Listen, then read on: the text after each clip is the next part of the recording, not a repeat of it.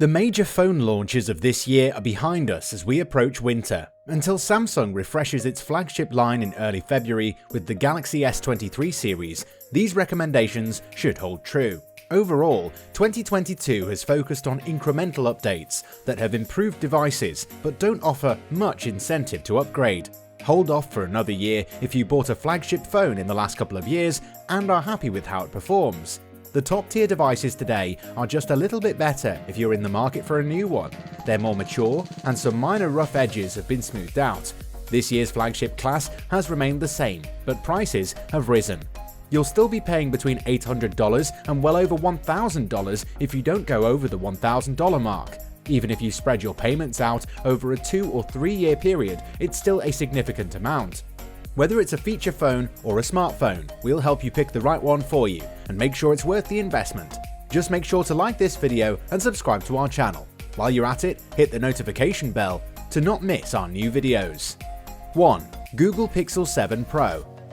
It feels like the phone it should have been in many ways. In light of this, it's better late than never to realize the 7 Pro is an excellent camera with excellent performance, a long-lasting battery, and consistent, high-quality photography. Google's new custom chipset, Tensor G2, is on board. It costs only $899, a fraction of the high-end flagships. A minor improvement to the phone's intelligence and speech recognition is due to the processor. Our testing proved the Pixel 7 Pro's all-day battery life, and only very heavy users need to recharge at night. It's also battery efficient. We couldn't push it into single digits. It has a 6.7-inch screen which provides a lot of space and a higher peak brightness, so you can use it even in direct sunlight comfortably. In addition to the faster fingerprint scanner, Face Unlock is now available. Regardless of which one you choose, it makes unlocking the phone much easier. There is still a lot happening with the Pixel. It has a 50-megapixel main camera and a 5-megapixel telephoto camera. Google is using a brand new sensor crop method to offer 2x and 10x zoom without using digital zoom. There's no way to predict when the Galaxy S22 series portrait mode will overdo it on saturation and color shifts. Though the Pixel 7 Pro doesn't have the punch of Samsung's or Apple's photo processing, it still produces good photos in difficult conditions. There are also some gems in the intelligence-based software, such as Recorder's creepily good live transcription. However, there are other features that don't live up to Google's lofty claims. Pixel 7's Photo Unblur sharpens blurry photos pretty well, but not as well as Magic Eraser, which removes distractions from the background of images. 2. Samsung Galaxy S22 Ultra. Galaxy Ultra means much more than just getting the biggest phone. You get everything with it. In addition to 5 cameras and a 6.8-inch OLED screen with a refresh rate of up to 120Hz, the S22 Ultra also comes with a built-in stylus. Besides replacing the Note series, it feels like the culmination of slab-style smartphone design. Powered by Qualcomm's Snapdragon 8 Gen 1, the S22 Ultra offers excellent performance. Even while playing graphics-intensive games, you won't see any stuttering or hesitation from the phone. Samsung promises 4 generations of OS updates for the Ultra, so it should continue to be an excellent phone for many years to come. Compared with previous versions, Samsung claims the S Pen stylus has less latency. It's easy to use and responsive, even though it's tricky to judge improvements of a few milliseconds. In addition to handwriting to text recognition, the stylus also functions as a magic wand and remote control. Alternatively, you can scribble away without using the stylus at all. 3. Google Pixel 6a. With the Pixel 6a, you get the same Tensor chip as the Pixel 6 and 6 Pro, but a different camera system. It follows the same budget phone recipe Google has been using for years: deliver core Google features in a stripped-down device. With the 6a, things changed a little. You get the same Tensor chipset as the 6 and 6 Pro, but a different camera system. This phone works. It's a reliable budget phone with a great camera, regardless of how outdated the hardware is. Although its processor is 1 generation behind the most recent Pixel phones, you won't miss out on much. In order to keep the 6a at its affordable price, Google gave up on the screen. It is 1080p with a 60Hz refresh rate. There are even budget phones with faster refresh rates, like the Samsung Galaxy A53 5G, featuring the 6 and 6 Pro screens. If you're coming from a phone with a high refresh rate screen, don't worry. Also, it doesn't support wireless charging, but it is rated IP67, which means it is waterproof. 4. Samsung Galaxy Z Flip 4. When the Galaxy Z Flip 4 is flipped open, the 6.7-inch screen feels like the slab-style smartphone you're familiar with. When it's folded in half, like the flip phone of yore, you can view widgets and read notifications on its small outer screen.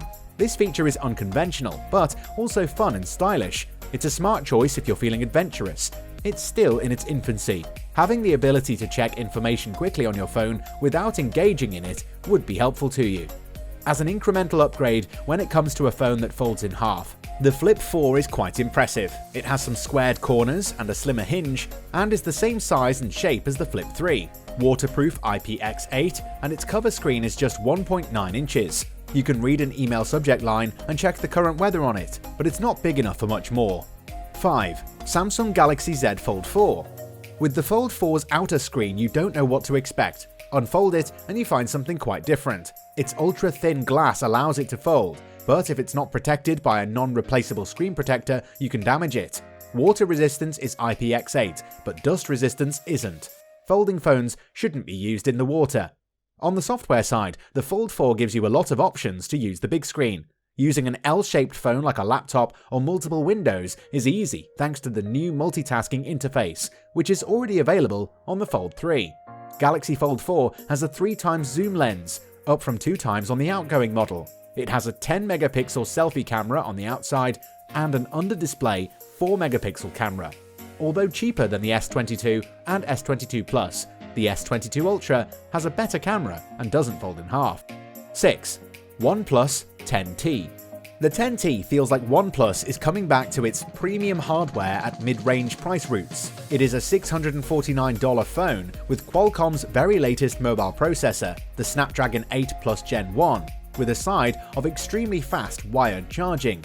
It's got top-notch performance and unreal charging speeds, all for less than $700. The screen is nice too, 6.7-inch, 120Hz. There are some things on the 10T that are lacking on the slightly more expensive flagships, but you can't have everything on a sub-$700 phone.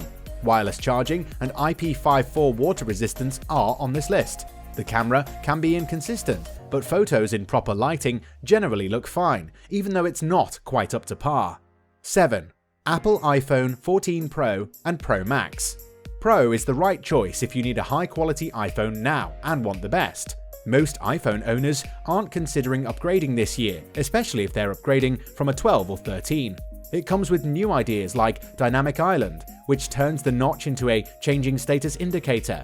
Both the 14 Pro and Pro Max have 6.1-inch and 6.7-inch displays with 120Hz adaptive refresh rates. As a result of always-on displays, the screen dims when locked and switches to a low power mode at a frame rate as low as 1 Hz, so widgets, wallpaper, and clock remain visible. With pixel binning, the 48-megapixel main camera produces 12-megapixel images at maximum light sensitivity.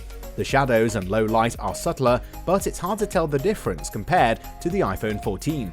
As a result of the higher resolution sensor, the telephoto mode has twice as many pixels. In the past, there was only a wide-angle portrait mode, but now there is a 3x telephoto mode as well. While the new A16 Bionic chipset allows for intensive tasks like gaming, Apple's camera still records stunning video clips. Please let us know which phone you're getting, or which model you like the best from the ones we've shown by leaving a comment below.